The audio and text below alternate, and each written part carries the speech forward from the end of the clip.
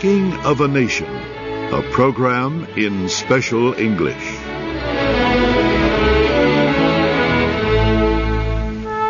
America's Civil War of the 1860s began as a struggle over a state's right to leave the Union. President Abraham Lincoln firmly believed that a state did not have that right, and he declared war on the southern states that did leave. Lincoln had one and only one reason to fight: to save the Union.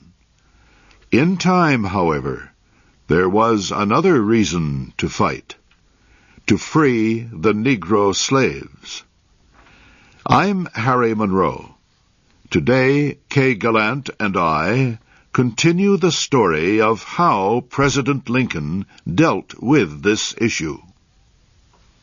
Lincoln had tried to keep the issue of slavery out of the war. He feared it would weaken the Northern war effort. Many men throughout the North would fight to save the Union.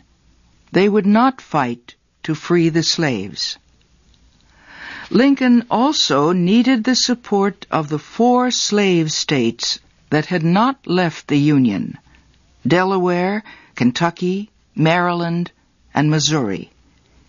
He could not be sure of their support if he declared that the purpose of the war was to free the slaves. Lincoln was able to follow this policy at first, but the war to save the Union was going badly. The North had not won a decisive victory in Virginia, the heart of the Confederacy. To guarantee continued support for the war, Lincoln was forced to recognize that the issue of slavery was, in fact, a major issue. And on September 22, 1862, he announced a new policy on slavery in the rebel Southern states. His announcement became known as the Emancipation Proclamation. American newspapers printed the proclamation.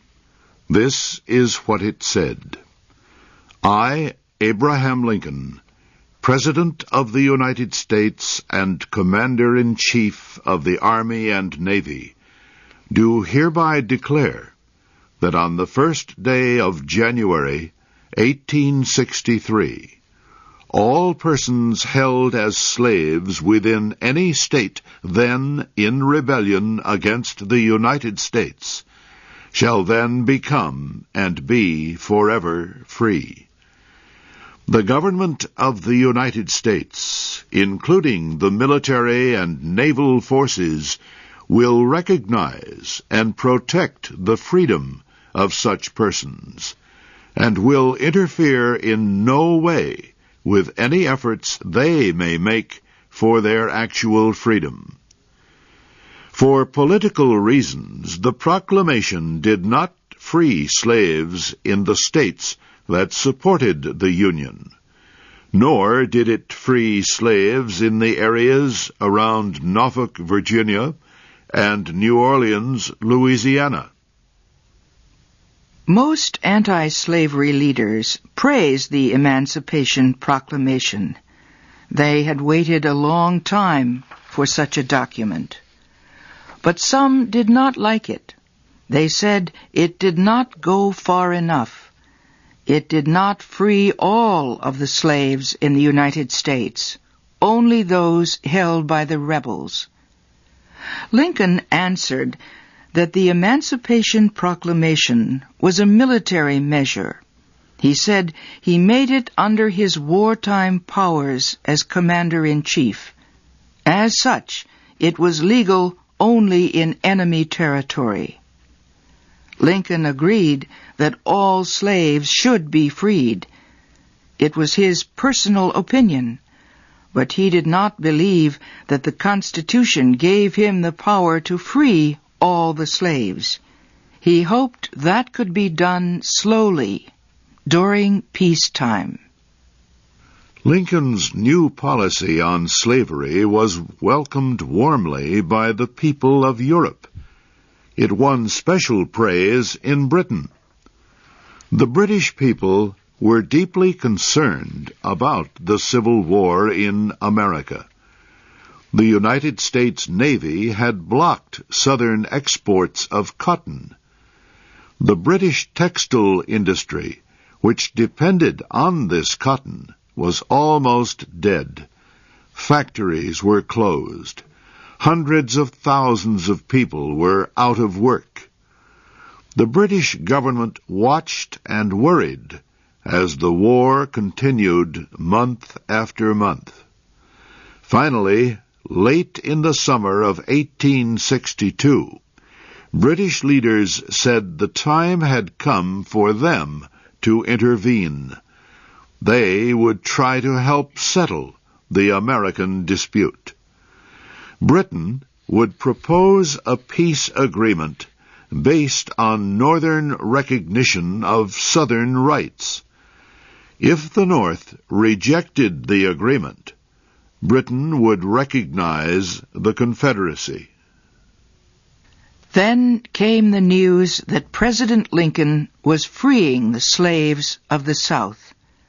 Suddenly, the Civil War was a different war. No longer was it a struggle over Southern rights. Now it was a struggle for human freedom. The British people strongly opposed slavery. When they heard that the slaves would be freed, they gave their support immediately to President Lincoln and the North. Britain's peace proposals were never offered. The Emancipation Proclamation had cost the South the recognition of Britain and France. The South was furious over the proclamation. Southern newspapers attacked Lincoln. They accused him of trying to create a slave rebellion in states he could not occupy with troops. They also said the proclamation was an invitation for Negroes to murder whites. The Confederate Congress debated several resolutions to fight Lincoln's proclamation. One resolution would make slaves of all Negro soldiers captured from the Union Army. Another called for the execution of white officers who led black troops. Some Southern lawmakers even proposed the death sentence for anyone who spoke against slavery. In the North, most people cheered the new policy on slaves. Some, however, opposed it. They said the policy would cause the slave states of the Union to secede. Those states would join the Confederacy. Or, they said, it would cause freed slaves to move north and take away jobs from whites. There also was another reason. 1862 was a congressional election year. The Democratic Party was the opposition party at that time. Party leaders believed their candidates would have a better chance of winning if they opposed the policy. Democrats said the policy was proof that anti-slavery extremists were in control of the government. As we said, Abraham Lincoln announced the Emancipation Proclamation on September 22, 1862. But Lincoln said he would not sign the proclamation until the first day of 1863. That gave the Southern states 100 days to end their rebellion or face the destruction of slavery. Some people thought Lincoln would withdraw the proclamation at the last minute. They did not believe he would sign a measure that was so extreme. They said the new policy would only make the South fight harder, and as a result, the Civil War would last longer. Others charged that the proclamation was illegal. They said the Constitution did not give the President the power to violate the property rights of citizens. Lincoln answered the charges. He said, "I think the Constitution gives the Commander-in-Chief special powers under the laws of war. The most that can be said, if so much, is that slaves are property. Is there any question that by the laws of war, property, both of enemies and friends, may be taken when needed?" Just before the first of the year, a congressman asked the President if he still planned to sign the Emancipation Proclamation. "My mind is made up," Lincoln answered. "It must be done. I am driven to it. There is no other way out of our troubles. But although my duty is clear, it is in some way painful. I hope that the people will understand that I act not in anger, but in expectation of a greater good." The morning of New Year's Day was a busy time for Lincoln. It was a tradition to open the White House on that day, so the President could wish visitors a Happy New Year. After the last visitor had gone, Lincoln went to his office. He started to sign the Emancipation Proclamation. Then he stopped. He said, "I never, in all my life, felt more sure that I was doing right than I do in signing this paper. But I have been shaking hands all day until my arm is tired. When people examine this document, they will say, 'He was not sure about that.' But anyway, it is going to be done." With those words, he wrote his name at the bottom of the paper. He had issued one of the greatest documents in American history. We will continue our story of the Civil War next week.